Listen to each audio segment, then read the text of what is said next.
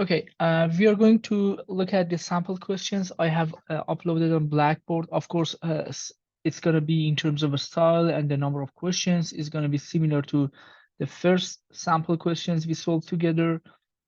And this is going to somehow try to familiarize you with the questions that you may see on the second exam, which is going to be sometimes this week.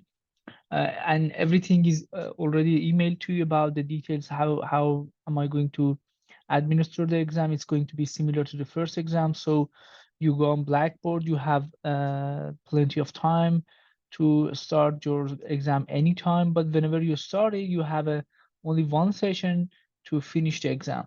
And I think it's I believe it's 80 minutes for this exam. And again, similar to the previous exam, I know that that time might not be sufficient for those who have not prepared for the course ahead of time. That's something intentional because everything is open during the exam. You can use a slide, you can use textbook, you can use internet, that's fine. But the only thing that I have control over or make it kind of limited is the time. So if you have studied the slides or the textbook ahead of time, that amount of time would be sufficient for you. Otherwise, you may not you may not feel that you have enough time to answer all questions. So that's why it's very important, and I strongly recommend you study the course or the slide before getting into exam. So um, similar to the previous sample questions and exam one, we have a couple of multiple choice and then a couple of free response questions. I have already kind of solved them. I will upload this document as well on Blackboard. So let's go through them and see the questions. The first multiple choice question asks about incorrect statement. Which statement is incorrect? Item A says, although the DES encryption takes a 64-bit key, its key space is 2 to the power of 56. And this is a correct statement. Why? Because we know from the slides that let me bring the slide. I have to jump in from here and there because questions point to the different part of this kind of slide set. So for DS, I guess it was here probably. Yeah. For DS, we know that it takes a 64-bit key.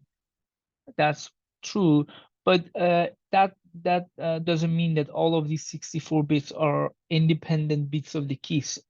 8-bit of that is gonna, which are these bits? I'm sorry.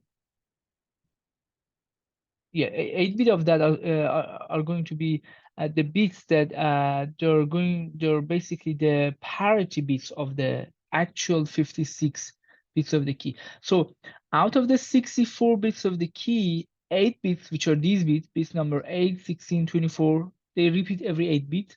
These are parity bits. Basically, these are the function of the original 56 bits of the key. And which means that these 8 bits are basically derived from the rest of the key bits in the rest of the 56 bits in the key.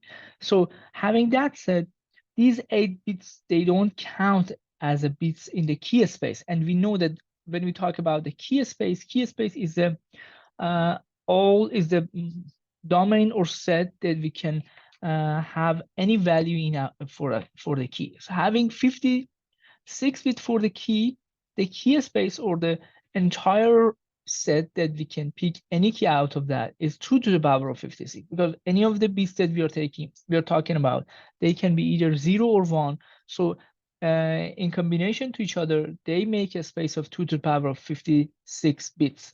So that's why the first statement is correct.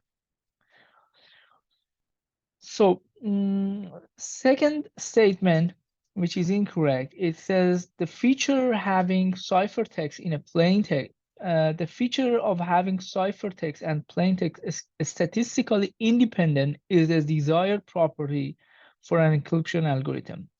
This statement up to here is correct.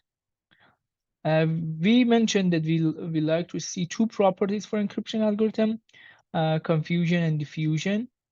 And one of them is this.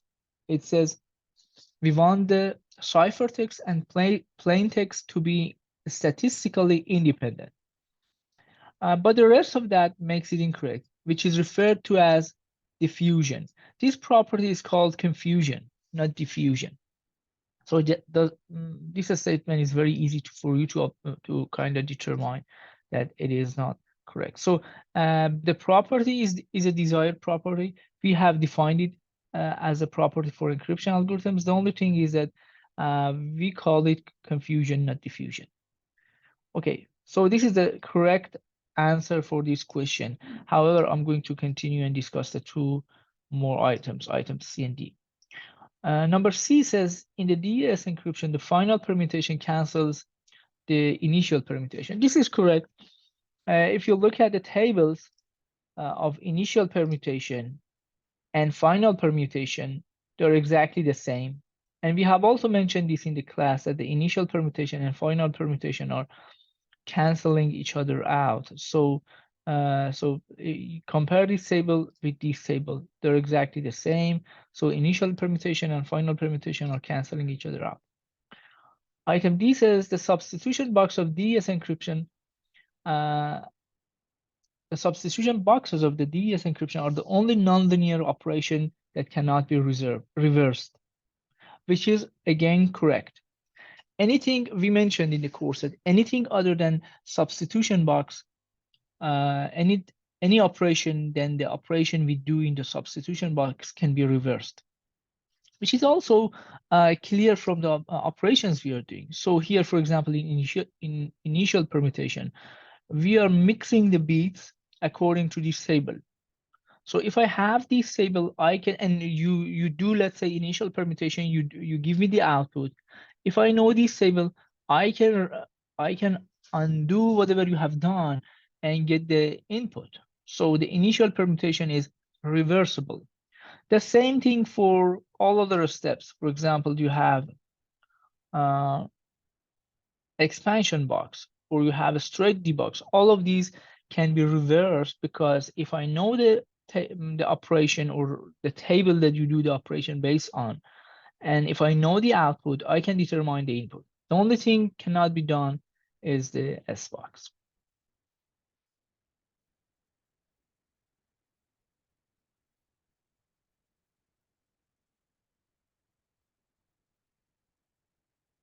So, any questions so far?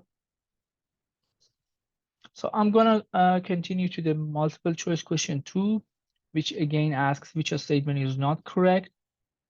I make this part is correct or is not correct. I bold it because I sometimes ask for incorrect statement, and in some other question, I may ask for correct statement. So please pay attention to that. This one says which one is incorrect.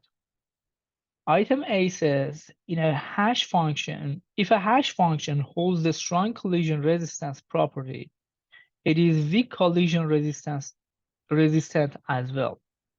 So we know from the hash functions that, first of all, what is collision? Collision, let me go to the hash function slide.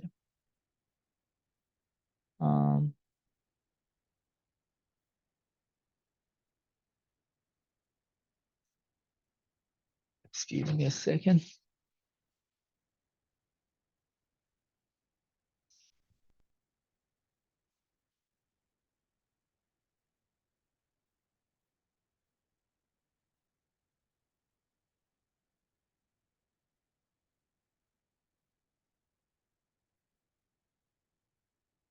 Okay, here is a slide that we are talking about hash functions. In a hash function, what we do, we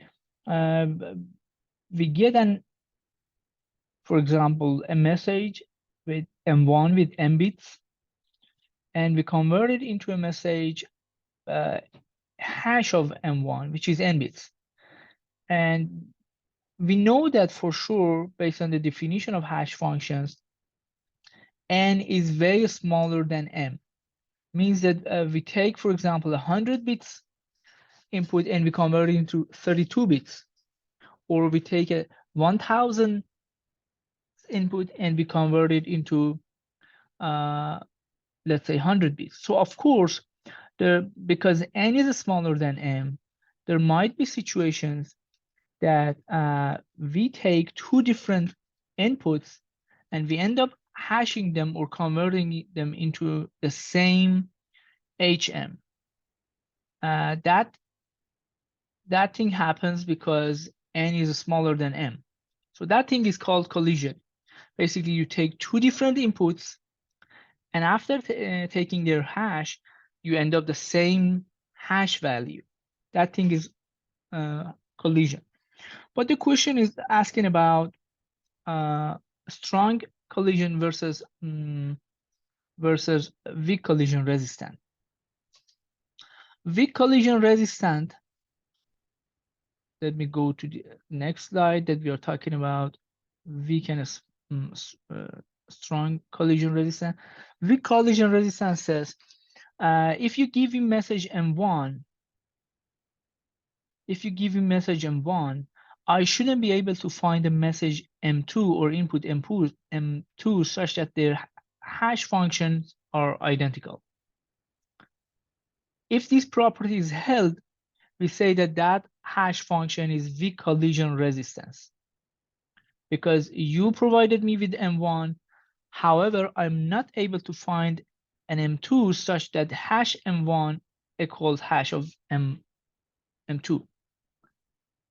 But the strong collision resistance is kind of slightly tougher and wider. It says it is computationally infeasible to find any two distinct inputs, such as M1 and M2, such that their hash values are the same. So this, in the strong case, you are not providing me with any M1. I just need to check, I just need to make sure that it is computationally infeasible to find any pair of M1 and M2. So having that said, it is clear that weak collision resistance as a subset of a strong collision. If we want to show that the hash function is a strong collision resistance, in that case, there shouldn't be any M1 or M2. It doesn't matter what is M1, any M1. We should check the whole space. So backing to our slide, to our sample questions, that's why if a hash function holds a strong collision resistance property, it is weak collision resistant as well. So that's why this statement is correct. And of course, because of that, it's not the answer for this specific question. So and here is basically what I have said, but I just provided in written. That says in a strong collision for each arbitrary M1 through this M1 space, it should be computationally infeasible to find M2. In weak collision resistance, for each given M1, it should be computationally infeasible to find M2. And it's clear that case 2 is a subset of case 1. So let's go to the item B. Item B says, the reason we need message authentication is that encryption by itself does not provide secure form of authentication, which is true, which is somehow true, and somehow straightforward. Encryption only provides you with confidentiality. It doesn't allow you to make sure that who has generated this message. Is this message coming from the legit person or not? It doesn't check that. Anyone who has the key is able to encrypt. Anyone who has the key is able to decrypt. Of course, in asymmetric versus symmetric, when we say key, it might be public key or private key. But in general, whoever who has access the key will be able to encrypt and decrypt, and there is no way to check if the key is if someone legit possesses the key. No, there is no way to check that. That's why we say that encryption has nothing to do with authentication, unless you use it in some sort of authentication that we talked in the course. And item C talks about timing attacks. It says in timing attacks on RSA algorithm, use the time required for decryption, which is true. We talked about it. They look at how long it took for the RSA, and based upon that, they can guess the key. And item D says Diffie-Hellman key exchange requires a pre-shared key, which is of course incorrect statement, because what all we mentioned about Diffie-Hellman was that we said Diffie-Hellman is an algorithm or encryption, sometimes call it people, that helps you to generate keys between two parties. So basically Diffie-Hellman is designed to share keys, so it doesn't need any pre-shared. Diffie-Hellman is proposed to kind of attack or address this problem, not to have it so it doesn't have that problem. So the answer to this multiple choice is item D. Let's go slightly faster. Is there any question? Okay, multiple choice. I just want to make sure you hear me and you see the screen, right? Please give me feedback if you can't hear me or if you don't see the slide. Please let me know because I'm recording. We can hear you. Okay, great. Thank you. I appreciate it. Multiple choice 3, which of the following statement is correct? Assuming the input 101001 to the SBox 3 of DS encryption, the output is 0110. So let's go look at the SBox to see how we use this as the input. Of course, this is a 6-bit input that we apply to the SBox.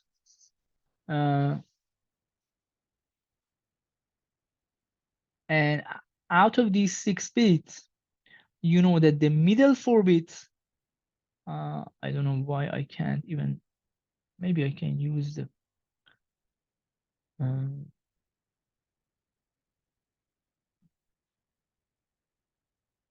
okay.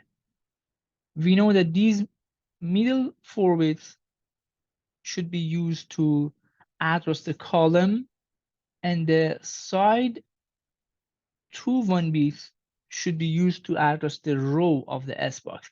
And here this question is talking about SBox number 3. So let's go to the algorithm. This is, I'm gonna go to the slide that we talked about. Okay, there we go. Here is a slide number 3. Here is a slide number, sorry, SBox number 3. So we should look at these. This was the number. It was 0. Let me.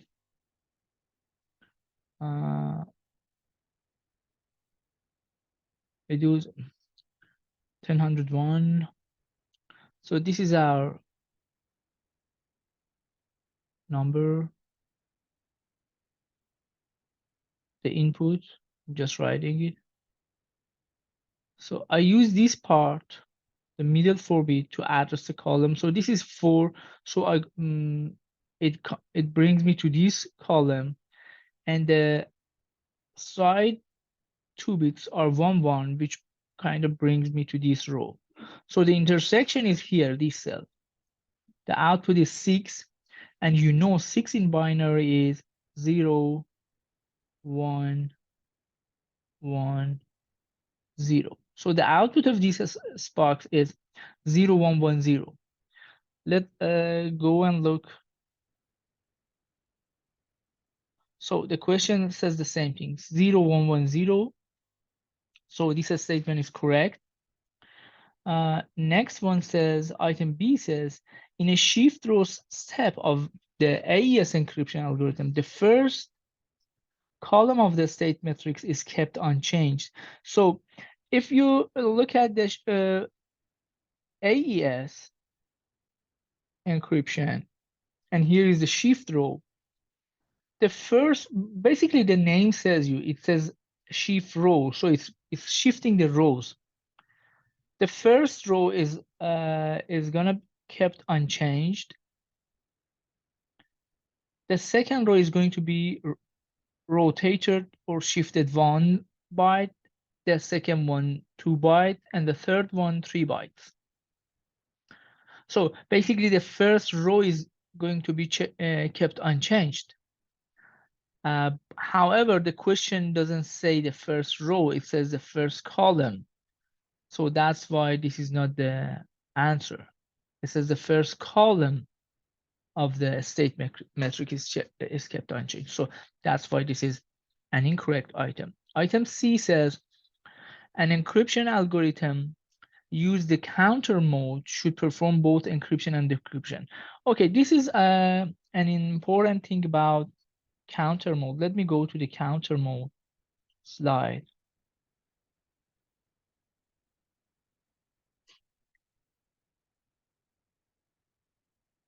Okay, there we go. Here is the counter mode. And if you see, this is the encryption, the counter mode in the encryption. And here is a slide talking about counter mode in decryption. And if you see, even in the decryption phase, there is no decryption. Even in the decryption phase, we do encryption again. Because basically we are not encrypting the plain text. If you look, we are not encrypting the plain text. We are encrypting a counter value. And then after encrypting that, we XOR the encrypted value with the plain text. So what we are doing on the plain text is a simple XOR operation. But that XOR operation is being done between the plain text and the value, the encrypted of a counter value. So of course, when you want to decrypt it, you can do it like shown in this slide. Again, you encrypt the key and then you do XOR, because XOR is basically like, let me put it this way. If I XOR a bit, a single bit with one bit value, it doesn't matter 0 or 1, twice, basically I have done nothing. XOR of something with a given thing is the same input thing. So if you XOR plain text with a value twice, you'll get the plain text. That's why we don't need the decryption anymore. Again, we just generate that thing and then we XOR the ciphertext with that thing. So basically we are XORing with that counter encrypted once in the encryption process and the second time in the decryption process. So they cancel each other out and we'll get the plain text. Anyway, these are the details that we talked about them in the course. However, what I'm going to say is that yes, that statement is correct in the or let me put it this way, that for CTR mode or counter mode, we don't need the decryption. We basically do encryption. Here the statement says in the counter mode should perform both encryption and decryption processes. So that's why this statement is incorrect. It doesn't have to do the decryption, or basically it doesn't do the decryption. It only does the encryption. So that's why this item C is incorrect. And item D says, if a hash function is designed properly, collisions can be avoided, which is, of course, incorrect. We said that we mentioned that collision is something that happens with no means to avoid, because we are talking about n-bit input that is being, or n-bit input that which is being hashed to n-bit, and we said that m is way bigger than n. The width of input is way bigger than the width of output, so there is no way to avoid collision. Basically, you don't have a space. You're talking about compressing let's say a 300 bits value into only 32 bit or 64-bit space. So there is no way for collision. So for avoiding collision, I'm sorry. So item D is also incorrect. Any questions so far? Okay. Let's get to the free response questions. Free response question 1 says, briefly explain why does the conditional security make sense? We've talked about the conditional security, and we said that conditional security means that you secure something. You, for example, make your messages, you encrypt your messages or your data, but it doesn't mean that there is given someone has infinite time and infinite processing power. It doesn't mean that that person is not able to break your encrypted data. Basically, brute force is something that always can happen. The only thing that prevent people or prevent attackers from brute force is the time and the required computational power. So that's why we say that what we do on our data is basically we are conditionally securing them, which makes sense because our data is not supposed to kept secure forever. No, there is no such thing. Every single piece of data that you have and you think that they're important, they also have a time stamp or time label. For example, if we've talked about the social security number of a person, which seems to be one of the most important thing. So that SSN number, which is very important, after I die, it doesn't worth anything to anyone, because that number doesn't match with the name of, even if we assume that the same number might be assigned to someone else, but the name will change. So the length for a social security number to be kept secure is maximum 120 years, which is a lifespan of a human being. So after that, it's okay if you leave it unsecured. So this is the meaning of the conditional security and why that makes sense. Because any piece of information that we consider, they have a limited amount of time that we care about them. After that amount of time, we don't care about them anymore. And that's true for anything that you consider. For example, I don't know, social security number, bank account, address, anything. They have a limited amount of time, and they should be secured in that duration. But other than out of that duration, it's okay if you leave them unsecured. So the next free response is about cipher, shift cipher. Here we are given index table. This is the index table we are provided with. A is placed at the location 0, B is placed at location 1, and so on, which is basically the same English alphabet. And the key is kind of given to us as 10. So the key is 10. And we are asked to encrypt this message. This is text. This is test. We are asked to encrypt this message using this table and the key of 10. So you know that in shift cipher, we use this. We say encrypted of something with the key. We go to the index of that character and we add the key to that index. So for example, let us start with the very first letter, which is T. We want to encrypt the T. So we encrypted version of the T, the letter T, with the key of 10. It works like this. It says where the T is placed at location number 19. So we add that key, which is 10 to the 19, it becomes 29. And then we take the remainder of 2019 with respect to 26, which is the key space for us. 26 is the kind of the number of symbols we have. So 29 mod 26 becomes 3. So we now go to the location 3 and we get D. So T is going to be replaced with D, or basically T is going to be encrypted as D, given this table and this key.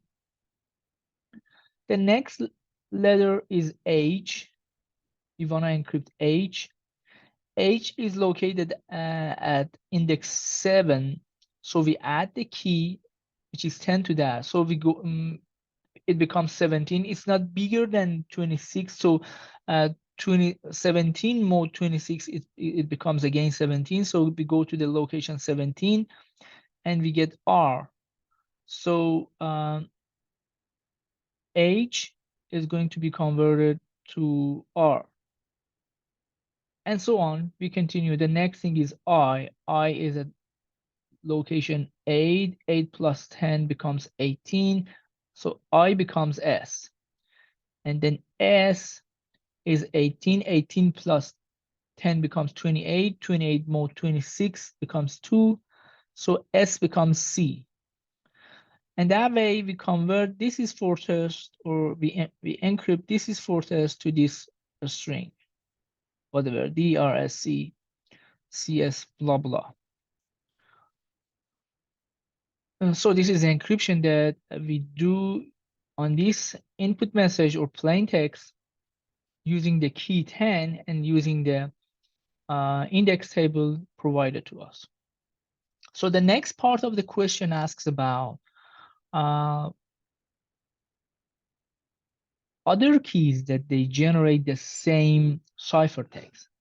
Do we have any other key that generates, that encrypt this text, this plain text, into the same ciphertext?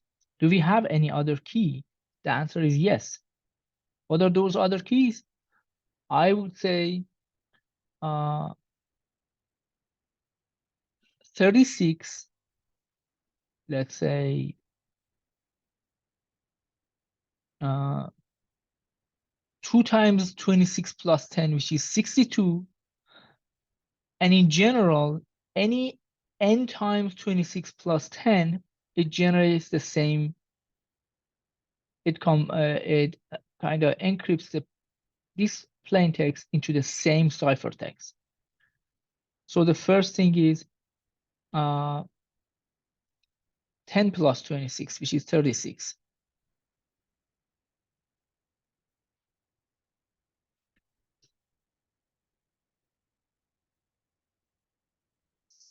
And like I said, it might be, you can add 126 to 10 or 226s or 326s or whatever.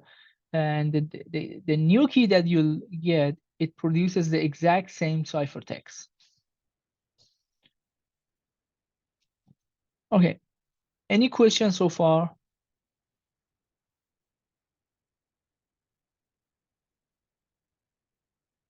So the next question is asking about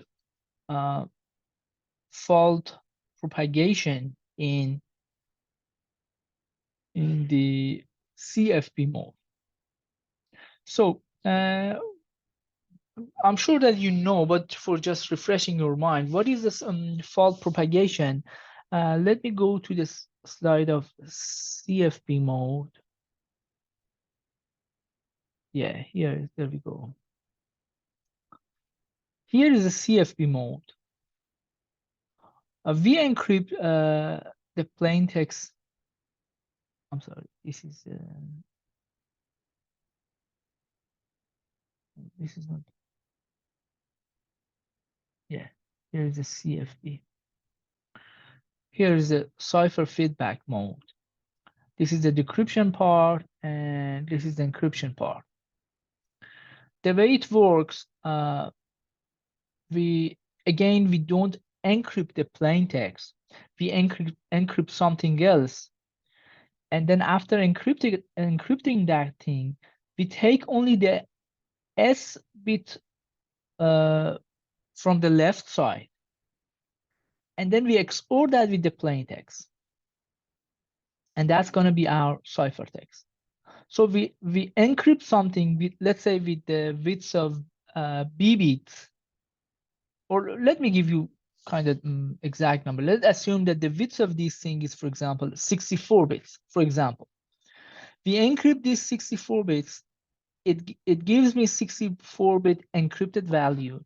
I don't use all of that 64-bit. I only use, for example, 8 bits from the left side.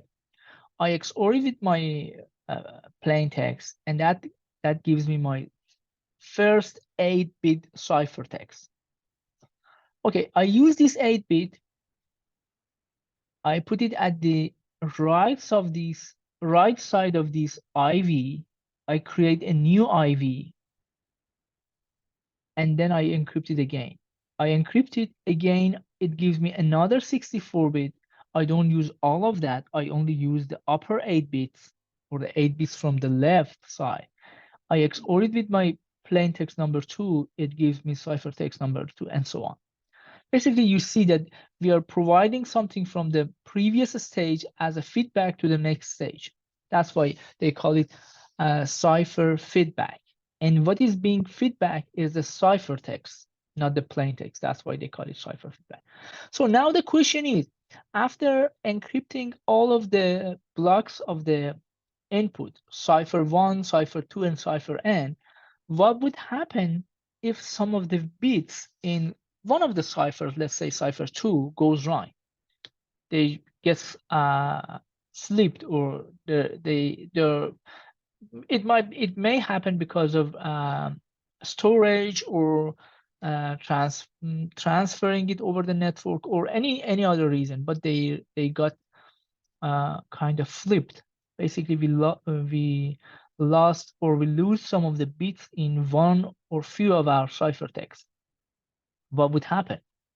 The answer is different to any of the counter mode, but this specific question is asking about CFB. It says it has n blocks of data which are being encrypted into C1 to Cn, and it says that assume that 2 bits of C2 go wrong. 2 bits of C2 go wrong. Discuss what would happen to C3, C4, and C20. C20 is, of course, one of the, basically this n here, or this n here, it is assumed to be bigger than 20. So you have, for example, more than 20 blocks of data. And the question is asking about C3, C4, and C20. So let's get back to this slide here so that we can discuss it more. So we encrypted C1, C2 up to, let's say, C22 or C30, C40. It's up to us, whatever we assume. But some of the bits of C3, they went wrong during the transfer over the network, or during the storage. Now we want to see what would happen after decryption. After decrypting it, let's assume that this is C3. If this is C3 and 2 bits of the C3 are erroneous, they are wrong, we XOR it. This is the decryption process. See, this is a decryption process. We XOR the C3 with whatever we get to kind of decrypt and to get the P3. So 2 bits of this guy are incorrect. So we XOR it. Of course, we'll get the exact same errors in the exact same bit positions.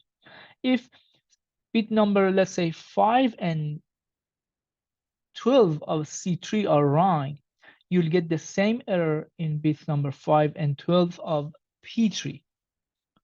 So P3 will have the exact same errors in the exact same bit positions. How about C4? Let's assume now this is block number 4. If 2 bits of C3 are wrong, you enter them into this shift register and they enter to encryption. And you remember the property that we mentioned, that even changing a single bit into as the input of the encryption, the output will be totally different. You remember that? That was diffusion. So because of the diffusion property, we changed 2 bits, but everything here will be changed. And of course, you XOR something with your C4 and you'll get a totally different number. So your P4 is totally garbage. How about P5? P5 will have the same situation because the bits that were wrong in C3, they propagate every time we shift them S bits. And as long as they have not disappeared in the shift process, the output will be totally wrong because we are entering 2 bits wrong into the encryption process. So C3 is going to be totally garbage. C4 is going to be totally garbage. How about C20? We don't know C20 if we are, let's say, if we are shifting every time 1 or 2 bits and the width of this thing is 64, when we get to C20, we still have those errors. But if we are shifting every time, let's say 5 bits, and this is only 64 bits, by the time you get to stage 20, those error bits, they shifted out from the left side, and those erroneous 2 bits will no longer appear in the input of the encryption, and so that the C20 output will be clean. So that's why we say that these are the answer. P3 will be observing the same bit errors in the exact same bit position. P4 will be totally garbage. We didn't mention P5, but we know the answer is totally garbage. But P20, it depends on the number of shifts that we are doing at every stage. Here it says S bit. This is a general thing. This S, at the end of the day, designers decide about it. This S might be 2 bits or 5 bits or I don't know, 10 bits. And then we have B bits. It depends on the ratio of S to B. If ratio of S to B is big enough so that after 20 shifting toward left, the erroneous bits, they just goes away, they just be dropped from the left side. In that case, our C20 will be, sorry, our P20 will be clean. Otherwise, it's going to be again totally garbage.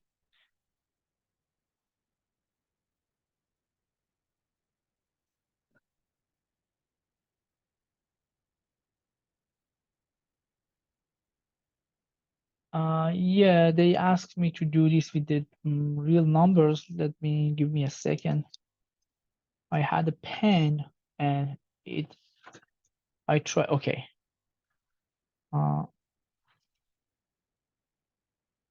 Maybe it's better to explain it here. So I'm gonna give you an example. Let's assume that here we are talking about, let's assume that here we are talking about 20 bits, okay? And this part is 5 bits, okay? So our block size is 20, our encryption block size, our our plain text block is 5 bits. So 2 bits of C3 are wrong. So let's say bit 3 and bit 5 and 3 are wrong. So 2 bits are wrong. So of course, after doing that, you'll get this exact same error in bits 3 and 5 in the plain text. You enter this, okay, maybe it's not bad if I do it like this. So you enter this 2 bits error here and here, bits 3 and 5, you enter it here. You shift it 5 bits, so they, instead of being at position 3 and 5, now they will appear at positions where, you tell me, you shifted 5 bits toward left, so they appear at positions 8 and 10, right? So you still have those 2 errors in this, and then you apply to the encryption. So 2 bits of your encryption is wrong, so this guy is gonna be totally garbage. So this is all garbage. So after you do XOR, your P, this was our P3. So this is our P4. So your P4 is going to be totally garbage. Okay, you get this? This is your, you basically, you take this and then you pass it to the next stage, and then you shift it again another 5 bits, because here we said that S is 5 bit. Remember, we said that this is 5 bit.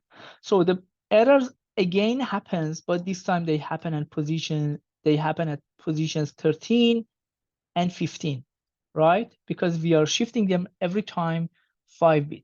So again, P5 is going to be totally garbage. Why? Because we are entering 2 erroneous bits to the encryption, and even single bit error makes the encryption. What about the next stage? The next stage, these two happen will at positions 18 and 20. So P6 also going to be totally garbage. But how about P7? When you talk about P7, these two errors, they go out because they were here at 18 and 20. And now if you shift 5 more bits, these two error bits, they just disappear. They're going to be dropped from the left side. So you don't have those errors at the input of your encryption anymore. So your P7 now is going to be clean. Quick question. How would we know to shift 5 in this assignment?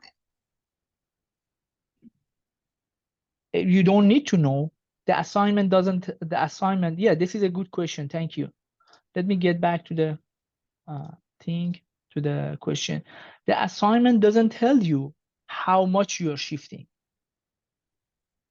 The assignment doesn't ask you, doesn't determine that for you. But the assignment tells us CFB, cyber feedback. And in the cyber feedback, we know that there is a shift toward left. And that shift is partial. That shift is a part of the O1, or the output of the encryption.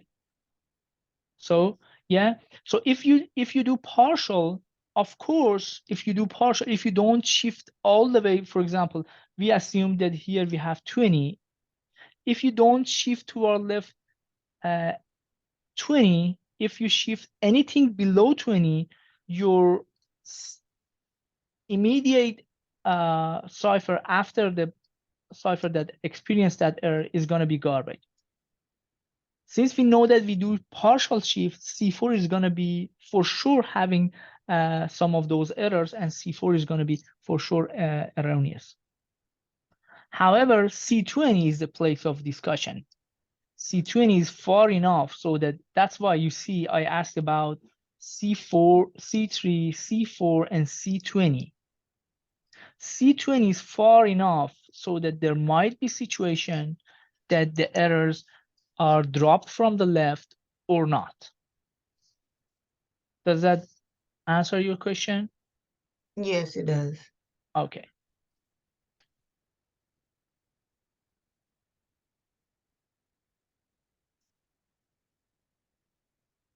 So let's go to the next final question, which is one of the easiest, I would say. Okay, this one talks about RSA encryption algorithm, and you know RSA is one of the asymmetric or private keys, and we explained in the class that they work based on prime numbers. Here we are provided with 2 prime numbers, P11 and Q13, and these are basically initial prime numbers that RSA is supposed to work based on. And we are asked to determine phi and E and D.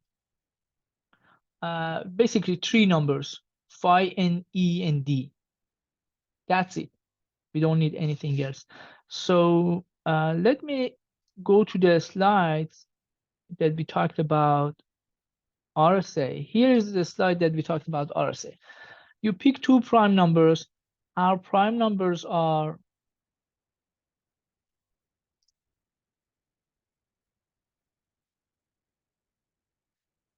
11 and 13.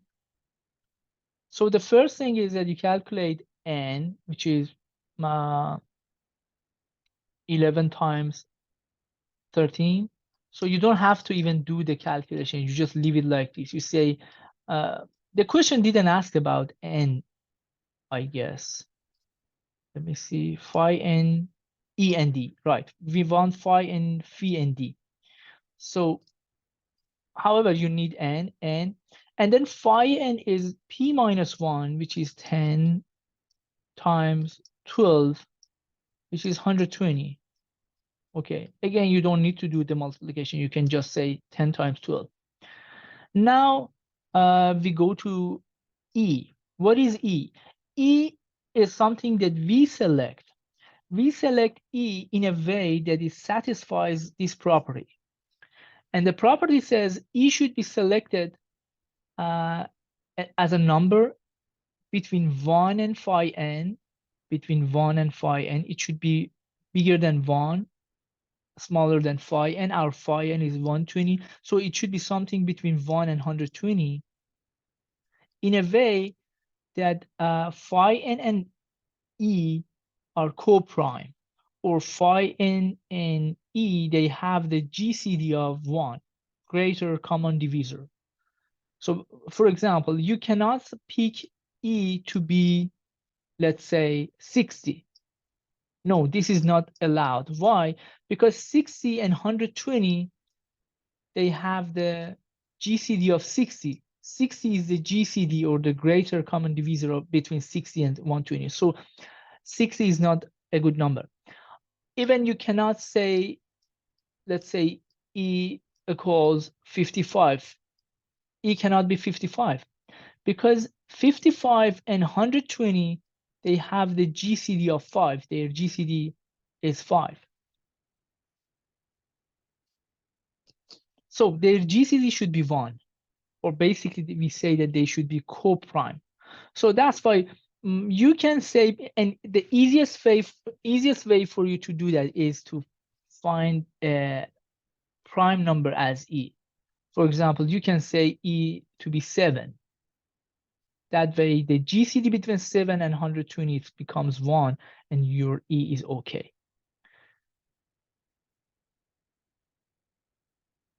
Okay, the next thing is picking up D. Pick a number D so that D times E mod phi n becomes 1. Basically, we need something so that when we times it to 7, it becomes 125. Because our phi n is 120, and we want to get the mode 1, so the multiplication should end up being 121, so that when we get the mode, it becomes 1. I'm not sure if we can find something times 7 to becomes 121, but we can check. Or we can also change the E. Or we can also get 241 if we can times something to 7 so that it becomes 241. I can check. Let me bring my calculator to make sure. Okay, let's see if 121 is divisible to 7. Probably not. Or no. How about 241?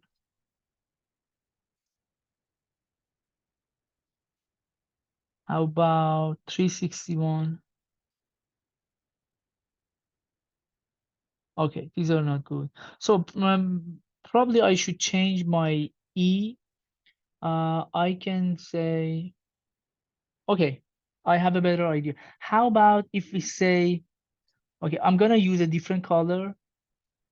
How about if I change my E to be I change my E to 11. I don't use 7, I change 11. And 11 is a co-prime of 120. Basically, 11 and 120, they have the GCD of 1, so that I'm okay. 11 can be used as my D. And now for D also I can use 11, because 11 times 11, it becomes 121.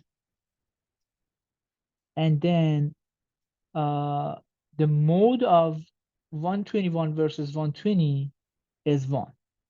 So DE can be 11, 11. That's it.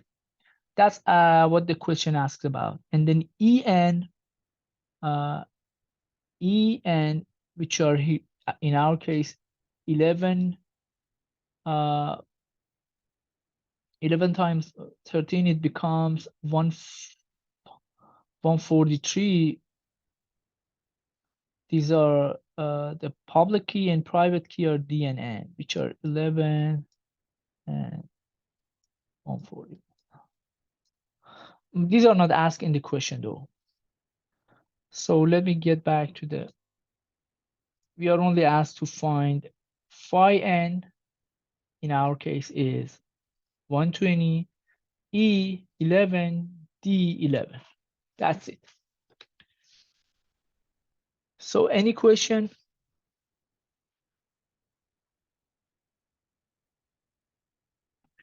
Okay. I think we are done. I'm gonna stop recording first. Before I stop recording, I'm willing to say that I have received a few emails about the research project of the course. I'll be recording a short video, maybe 15-20 minutes recording, to explain what are exactly expected from you from the research project. And I'll talk about the rubrics I have already uploaded on Blackboard so that you can better use them. And hopefully that makes the research part of the course kind of easier for you.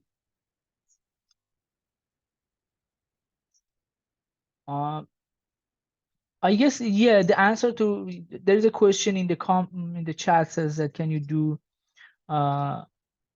mode in the calculator? I think most of the calculators allow, if you come here, at least for the Mac calculator, there should be a way so that you convert it into scientific calculator. At least on the cell phone you can do it. I don't know how to do it here. If you convert it into here, scientific calculator, there should be, or maybe you say programmer calculator. In one of them there should be mode.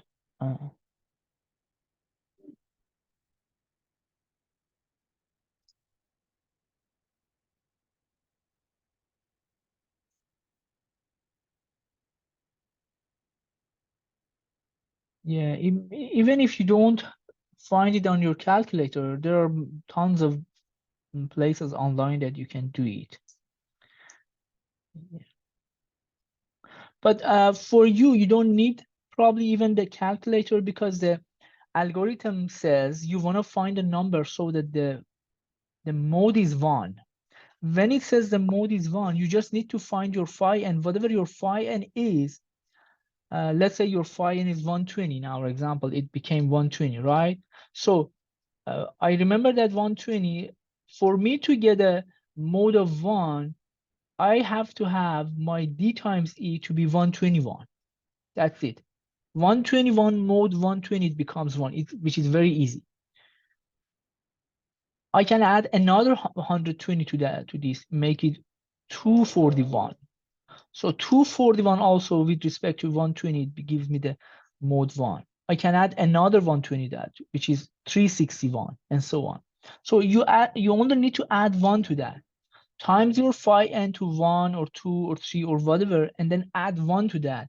That's the number that your D times E should make.